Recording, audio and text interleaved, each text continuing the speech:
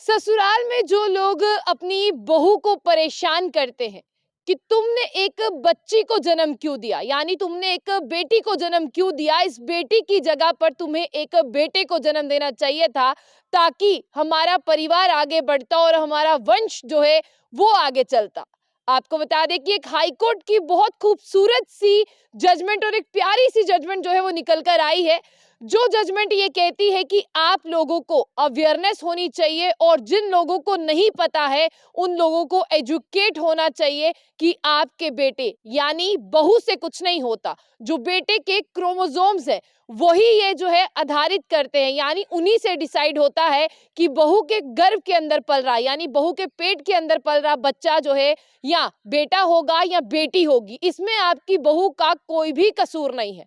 लेकिन आज तक इस बात को समझता कौन है? भले हम जितने मर्जी स्कूल में पढ़कर आए, यूनिवर्सिटी में पढ़कर आए या हम जितने मर्जी पढ़े लिखे हों, अगर हमारे घर पर एक बेटी का जन्म होता है, मैं सबके लिए नहीं कहूंगी क्योंकि जमाना बहुत बदल गया है, लेकिन आज भी कुछ ससुराल ऐसे हैं, आज भी कई लोग ऐसे हैं जो बेटी जन्म लेती है या बेटी पैदा होती है तो अपनी बहू को कहते हैं कि हमें तो बेटी चाहिए ही नहीं थी, हमें तो बेटा चाहिए था, तुमने तो बेटी को जन्म दे दिया। अब मैं आपको ये बता दूं कि आज तक हॉस्पिटल्स में भी ऐसी बहुत सी बहुएं गई होंगी जिन्हें ससुराल वालों ने टॉर्चर किया होगा। कोर्ट में भी ऐसे बहुत से केसेस जो हैं वो पेंडिंग होंगे और कई केसेस जो हैं वो चल भी रहे होंगे। लेकिन अब हाई कोर्ट की एक खूबसूरत सी जजमेंट क्या कहती है? हाई कोर्ट की ये जजमेंट कहती है कि जब ससुराल वाले ये कह दें कि तुमने एक बेटी को जन्म दिया, तुमने बेटे को जन्म क्यों नहीं दिया, औरत की गरिमा को ठेस पहुंचती है क्योंकि ससुराल वालों को या सबको पता होना चाहिए, अगर आप इस सोसाइटी के मेंबर हैं, आप सभ्य समाज में रहते हैं,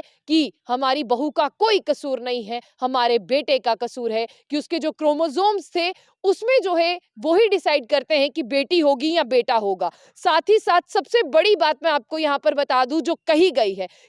है कि गुणसूत्र जिसे आप हिंदी में कहते हैं और क्रोमोसोम जिसे आप इंग्लिश में कहते हैं, उन्होंने कहा, आपको सबसे पहले मैं बता दूं कि हाई कोर्ट एक जजमेंट पर सुनवाई कर रहा था, यानी ये जो हाई कोर्ट की एक जजमेंट आई है ये दिल्ली हाई कोर्ट की है। और ये क्या था, यानी एक बहू आत्महत्या करती है, आत्महत्या करने का कारण क्या था? उस बेटी ने यानी उस बहू ने दो बेटियों को जन्म दिया, उसे बार बार ससुराल में रोज टॉर्चर किया जाता था, तुम पर्याप्त यानी जितना दहेज हमें चाहिए था तुम वो दहेज नहीं लेकर आई, जो फाइनेंशियल पैसे हमें चाहिए थे तुम वो उतने पैसे नहीं लेकर आई, ऊपर से चलिए हम उन दोनों चीजों को भूल भी जाते, तुम बेटा भी नहीं हमें जन्म दिया, मतलब बेटा भी पैदा नहीं किया, तुमने जो है वो बेटी पैदा कर दी, इस बेटियों का हम क्या करेंगे, इससे हमारा वंश कौन सा चलेगा, ना ही हमारा परिवार का जो पेड़ है वो आगे बढ़ेगा। अब साथ ही साथ आपको बता दें कि दिल्ली हाई कोर्ट ने कहा कि ये औरत की प्रेस्टीज यानी महिलाओं की गरिमा को ठेस है। जस्टिस स्वर्णा कांता की ये जो खूबसूरत सी जजमेंट है ना,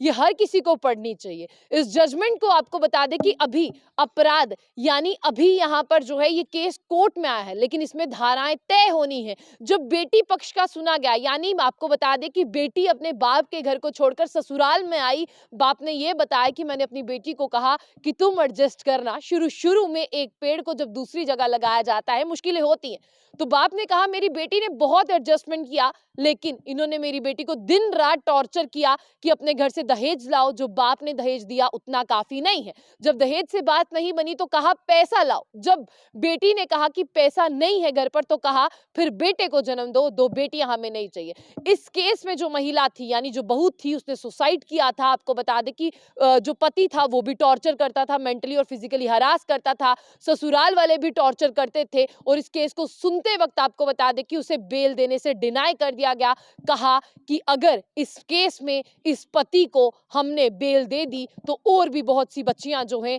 वो इसी तरह आत्महत्याएं करती रहेंगी। लेकिन सिर्फ ये एक ही जजमेंट है जो बहुत खूबसूरत है, ऐसी बहुत सी जजमेंट्स होंगी, और इस जजमेंट में अभी के जो आपको बता दें कि ये जांच की शुरुआत है, इसमें बहुत से एविडेंस और बहुत से फैक्ट्स को इकट्ठा किया जा रहा है। बहू के मरने के बाद में जो पोस्टमार्टम रिपोर्ट आई उसने ये साबित कर दिया कि इसने सुसाइड किया है। तो दिल्ली हाईकोर्ट की खूबसूरत सी जजमेंट को आप किस तरह से देखते हैं? जितने भी व्यूअर्स जो है वो देख रहे हैं, जितने भी व्यूअर्स जो है इस जजमेंट को सुन रहे हैं, वो जरूर अपनी राय दीजिएगा क्योंकि ये बेटियों से जुड़ा हुआ मामला है।